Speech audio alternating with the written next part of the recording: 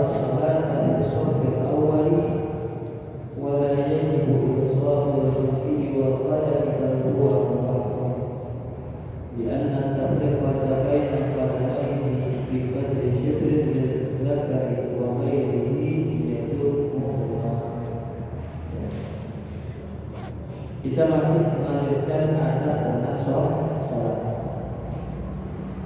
Disebutkan di sini di antara adab sholat an-yusawi as-subuh, hendaknya dia meluruskan saf.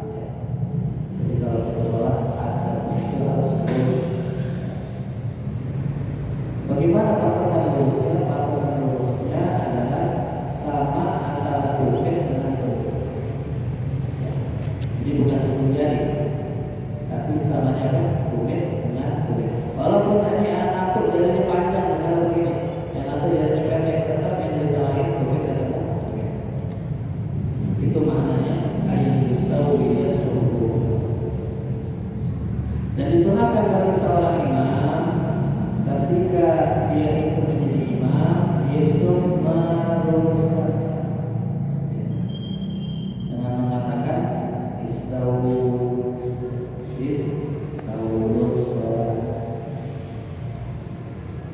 wa'tadilu.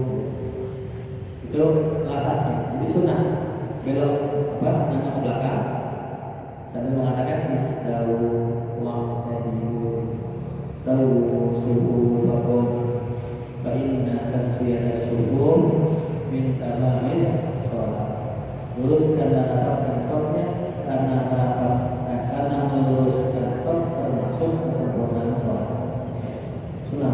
Jadi yang sholat.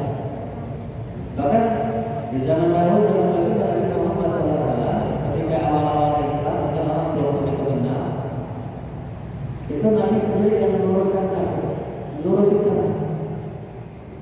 di lantai. Pada suatu hari ada salah seorang sahabat ketika Nabi istirahat, Nabi bilang sama sahabatnya, wahai para sahabat, adakah di antara kalian yang ingin membalas kesalahan saya?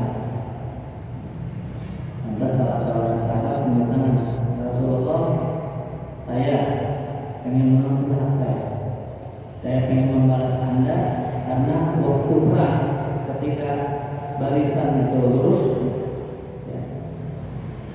antum pernah memukul perut saya. Sekarang saya ingin membalas Anda karena Anda memukul perut saya.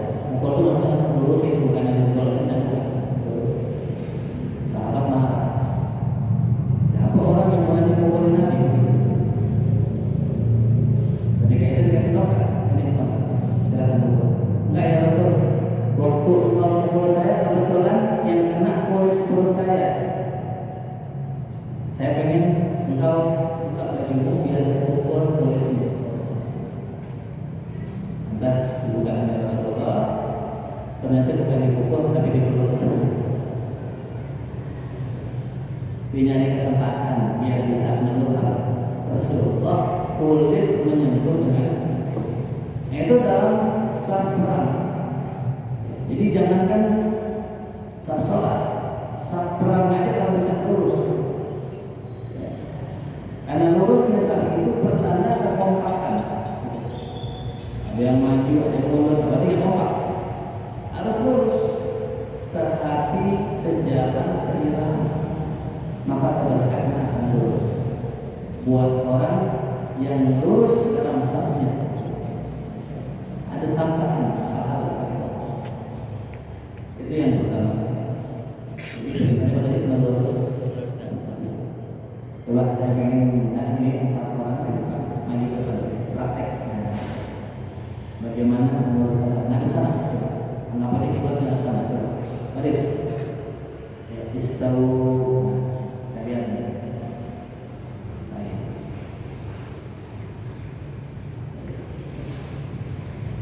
Lurus belum? Nah, masih belum lurus. Nah, saya kan mau lurus. Yang banyak yang ada ini. Jadi patokannya itu tumitnya, yang tumitnya kalau bisa persis di garis maju dikit. Nah, oke. Jelas ya? Paham? Kalau laki-laki jarak antara kaki kanan dengan kiri jaraknya sedangkan. Kalau laki-laki coba jaraknya sedangkan. Nah, coba diukur. Gitu ya. Nah, kalau perempuan jarak antara kanan kirinya agak rapat. Coba agak rapat. Nah, ya. Kalau rapat nggak mungkin apa sebelah agak jauh ada jarak. Jelas? Ya itu oke. Jadi gitu ya. Wa yasud dan furaja disunahkan menutup celah. Jadi bukan cuma lurus, tapi kalau bisa tutup celah. Nah, bagaimana cara menutup celah? Menutup celah saf itu bukan kaki nempel ke kaki, bukan. Terus keliru, bukan kaki nempel ke tapi sekira-kiranya kalau ada jeda itu, ada jarak, orang nggak bisa masuk, itu namanya satu dua. Jadi kalau kita sholat nggak mesti nempel, yang penting jaraknya jangan sampai ada orang bisa sholat di sini.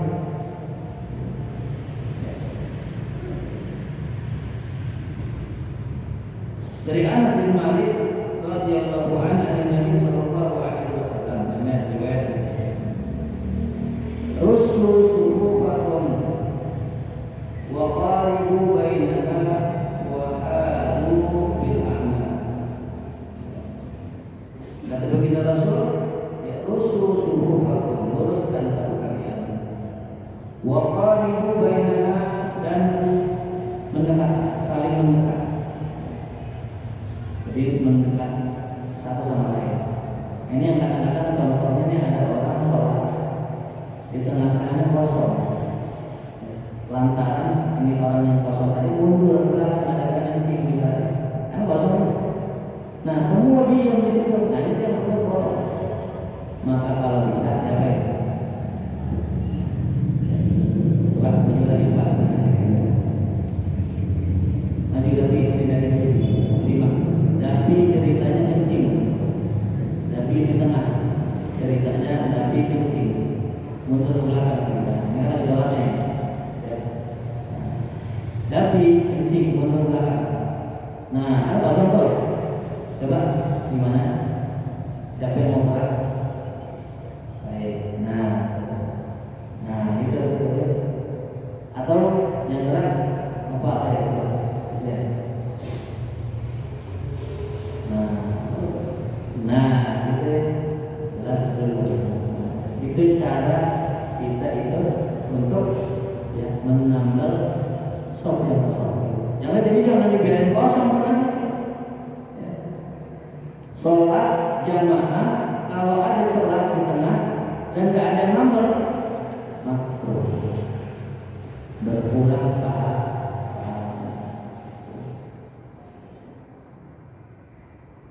Kemudian wa ayataharra sholata fi shafil awal, dan berupaya mencari sholat pada saf pertama. Nah kalau bisa sholat itu pada saf pertama paling bagus ya, safnya malaikat untuk saf pertama. Kadang ya kalau kita sholat di sini ya, biar dapat saf pertama juga tidak. Jadi kalau kita sholat subuh kan menutup. Nah kita silakan dan aman. Dikatakan dalam hadis Nabi kita Muhammad SAW bersabda, "Khairu sufufu rijal", sebaik-baik saf laki-laki awalnya adalah permulaannya. Jadi yang paling bagus saf laki-laki, yang paling pertama paling bagus. Wa syarru akhirat, dan yang paling buruk adalah akhirnya. Kecuali ini petugas. Jadi kalau petugas itu orang yang kontrol anak-anak, orang yang kontrol saf itu dibolehkan di belakang. Bahkan dianjurkan. Kan kadang-kadang kalau sekarang anak-anak suka bercanda.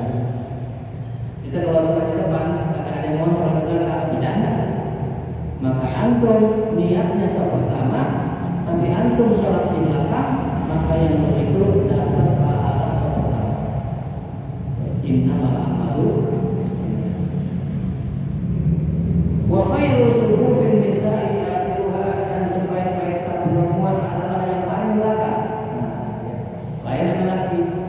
Jadi kalau satu perempuan isinya bukan dari depan. Kalau laki misalnya kata nih dalam laki, perempuan luar. Kalau laki-laki sapnya depan dulu di sini, depan di sini penuh satu dua, penuh satu tiga. Nah kalau perempuan lain lagi, kalau isi sak paling ujung mentok itu penuh belakang maju ke depan, penuh belakang lagi maju ke depan. Itu isi sak perempuan. Dan gimana sak anak-anak kecil, anak-anak kecil? Sak anak-anak berada di antara sak orang dewasa dengan soft perempuan di tengah-tengah. Jangan kasih depan, anak kecil jangan turun di depan. Tapi sekiranya ada anak kecil sholat di depan, udah sholat jangan ditarik di belakangnya. Kecuali bercanda. Kecuali apa? Kalau bercanda namanya sholat, pindahin aja nggak apa-apa. Jadi ada kecil ini bercanda, lagi sholat pindahin nggak apa-apa. Dia nggak lagi sholat, dia lagi bercanda. Kecuali emang khusyuk, Allah Akbar. Di saat pertama dalam imam jangan pindahin. Kalau dia sholatnya khusyuk, emang haknya dia. Walaupun sebenarnya ya, bukan hak dia, tapi karena emang di depan ada yang Allah, di pengusaha bangsa, itu jangan dihalangi. Kecuali apa tadi? Bercanda. Kalau bercanda boleh kebotong ya. Jadi kalau anak kecil sholat bareng-bareng bertiga dengan tepak-tepakan, kita yang gede lihat pindahin langsung potong aja lah. Hadis misalnya gitu, kalau anak kecil jadi pindahin juga apa-apa. Ini kepekaan kita sebagai seorang yang lebih tua. Jangan sampai ada anak-anak bercanda di masjid, sholat di masjid. Jangan sampai bercanda dalam sholat. Mau habis sholat bercanda silakan, tapi jangan bercanda lagi sholat. Tugas siapa itu? Tugas kita semua. Jangan sholat nafsi-nafsi. Yang penting khusyuk dan udah amat jangan gimana. Karena kita merasa nih kita orang gede, ada anak kecil bercanda keluar, angkat pisahin. Gitu. Jelas. Ya, ini buat khususnya buat orang yang udah gede-gede. Jangan egois. Sholat mengenai sana. Nah, kalau kita sholat di masjid, lihat ada yang bercanda, siapapun itu kita tegur. Anak kecil masih melawan, benar nggak? Ini bukan masjid kita nih, masjid orang. Ada anak kecil bercanda, kita tegur. Emang ini bakal melawan? Nggak berani. Apalagi masjid memang tempat biasa kita sholat.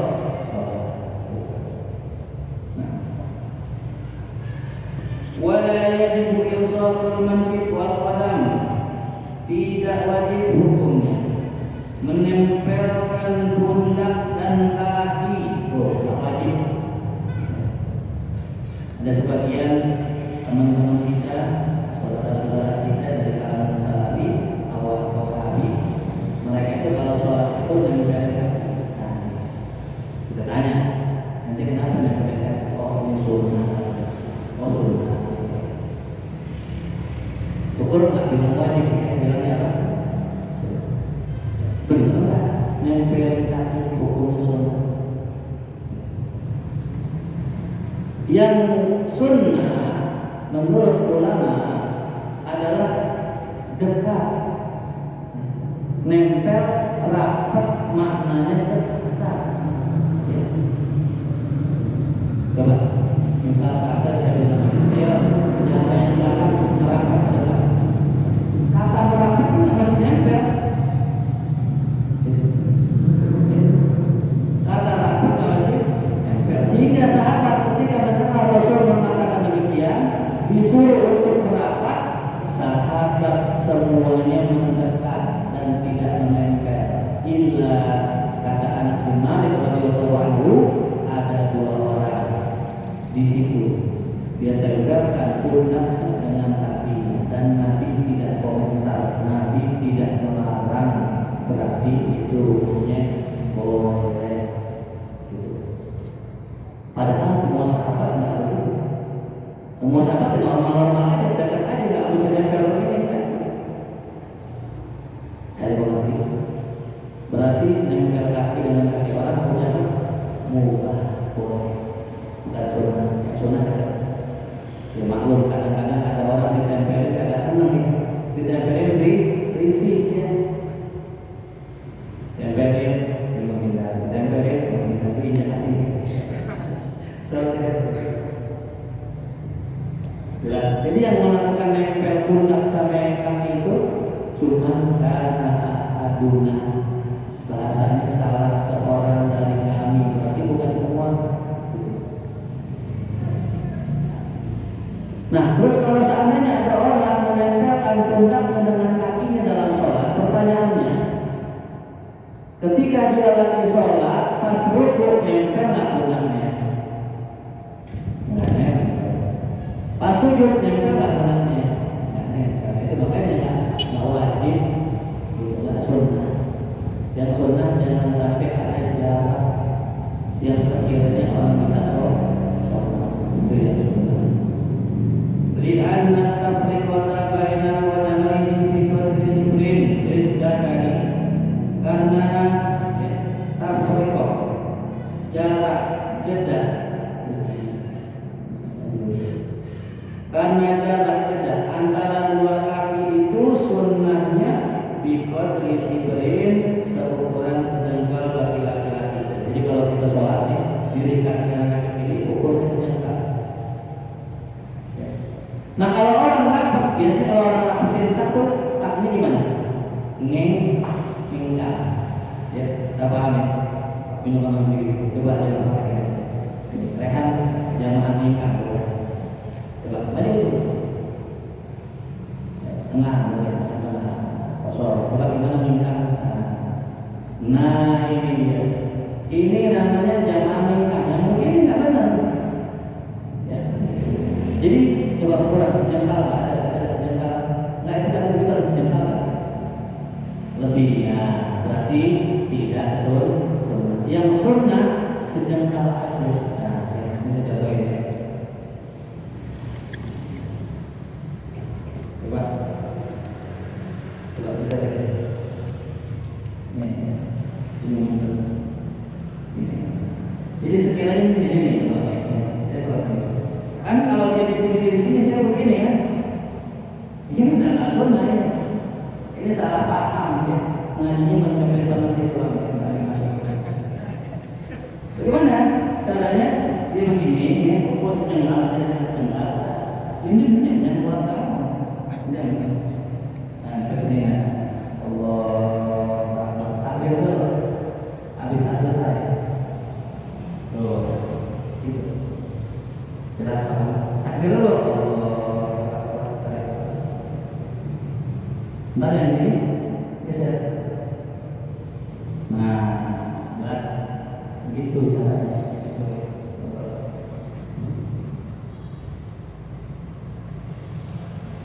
Ya. Nah itu cara kita merapikan saf. Bukannya merapikan saf itu kakinya diapain? Dileparin. Nah itu buat laki-laki. Adapun buat selainnya, wa ghairihi, yakni buat para perempuan, yadumuhuma, caranya adalah ditaruh. Yadum maksudnya begini kan? Jadi kalau laki-laki sejengkal, caranya perempuan taruh. Takbirnya juga sama Allah, rukuknya sama, kakinya rapat, sujudnya sama Allah Bapak taruh tangan di sini. Tuh, bapak lagi.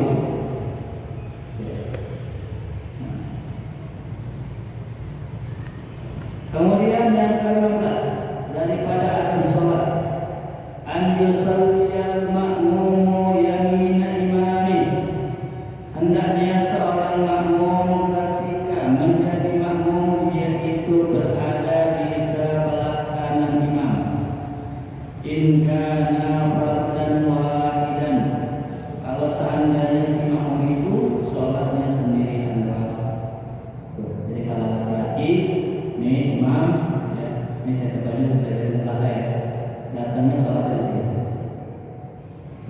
posisi kakinya si makmum, ini kakinya imam, ya.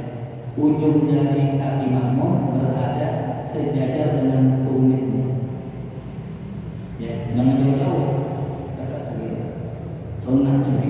Gimana kalau jauh? Sah, cuma tidak sunnah. Adanya di sebelah kanan. Bagaimana kalau sebelah kiri? Boleh diputar.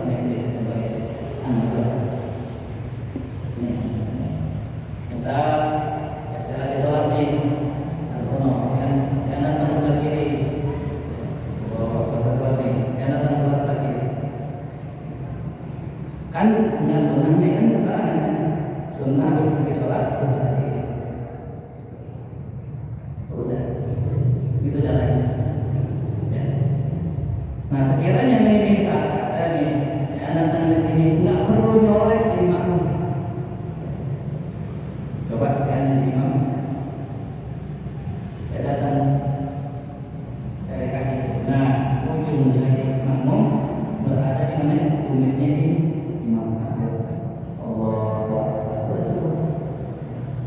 Karena kalau begini biasanya imam tengah nih orang mau berarti makmum dia begitu. Ya, jelas? Gak usah.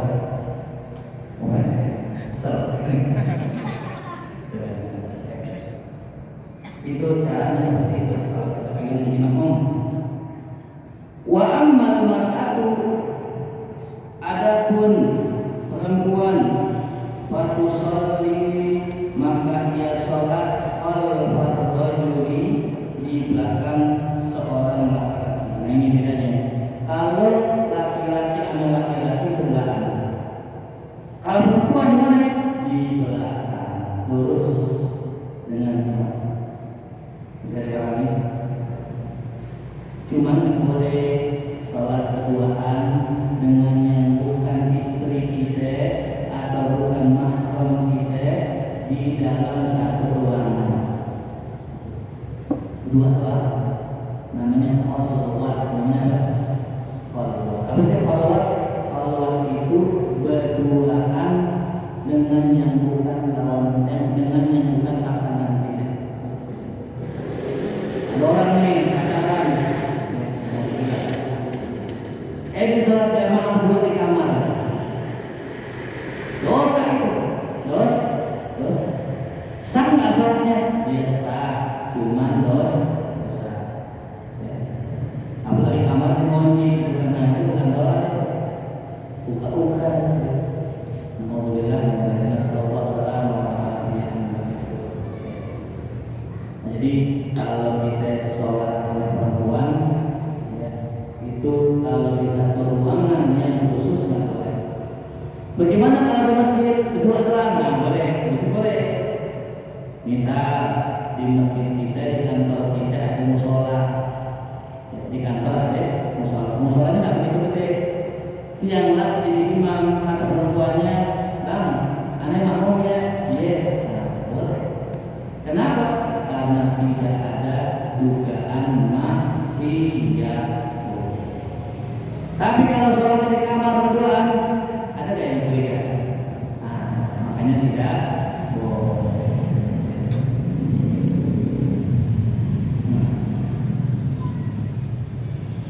Nah, ini berdasarkan suatu dalil, suatu hadis dari Abdullah bin Abbas radhiyallahu anhu, qala, ia mengatakan, shallaitu ma'a Rasulillah sallallahu alaihi wasallam dzata lailatin.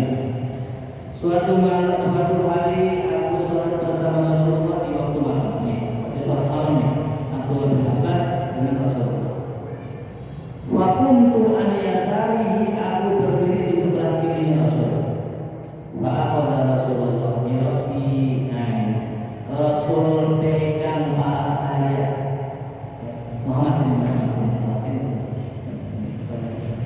Ini kalau pegang kepala, tapi Muhammad ukuran ya. Ini Ibnu Abbas segini, bayangin Ibnu Abbas segini kecil. Sholat sebelah kiri Nabi, sholat begini kan kecil. Dipegang kepalanya Nabi, digeser ke sini ke kiri, coba. Nah, masih segini, kepegang kepalanya Rasul. Ya, coba kalau hujan. tinggian bagi anu ini udah baik anak segini ikut sholat malam ada Rasul yang jadi sholat malam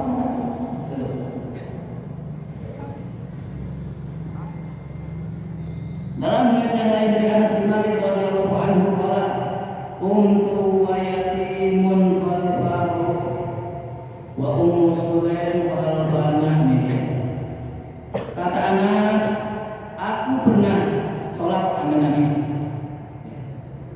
dalam posisi ya sholat bersama Nabi. Nah Ummu Sulaim ibu kami di belakangnya. Jadi sholatnya begini, ini laki-laki, Nabi perempuan di belakang. Siapa di belakang Ummu Sulaim? Siapa Ummu Sulaim? Ibunya Anas bin Malik. Kemudian adab yang selanjutnya yang ke-16 wa la yusalli wahdahu khalfa sawfi kagak boleh sholat sendirian di belakang ya, jadi kalau kita sholat tidak boleh sendirian sampai benar datang telat tidak sendirian tidak boleh ya, tidak boleh sholat sendirian di belakang. Ulama beda pendapat apa hukumnya orang sholat di belakang sendirian. Pertama tulis hukumnya tidak sah sholatnya. Kalau nggak salah itu mazhab Hambali. Kalau mazhab kita mazhab Syafi'i sholatnya sah tapi makruh. Kenapa dikatakan tidak sah dalam hadis dari Wadisah bin Ma'bad al-Juhani? Suatu hari baginda Rasul melihat ada seorang laki-laki sholat sendirian di belakang. Kemudian selesai sholat, Rasul suruh pulang sholat. Berarti kalau sholat pulang berarti betul nggak sah. Terus gimana sah? Kita sholat di belakang nggak ada orang, maka disunnahkan narik jamaah di depan. Gimana cara nariknya? Ini contoh, ini jamaah ini diri aneh, belum ada lagi jamaah yang buat. Nah, situ, ya apa? Yang tadi apa? Oke. Nah, ya. Jadi caranya kita takbir dulu. Allah, tapi takbir baru tarik. Cuman bukan tarik yang depan. Kenapa? Kalau tarik yang depan mundur, tapi kita tarik yang sebelah kanan kita. Dan mundurnya nggak hanya gitu, mundurnya langsung aja setelah panjang, terus panjang. Salam bisa nanti kita tahu jelas paham? Itu caranya tarik. Makanya juga tuh antara yang belah ini lapar ke sebelah. Itu ya.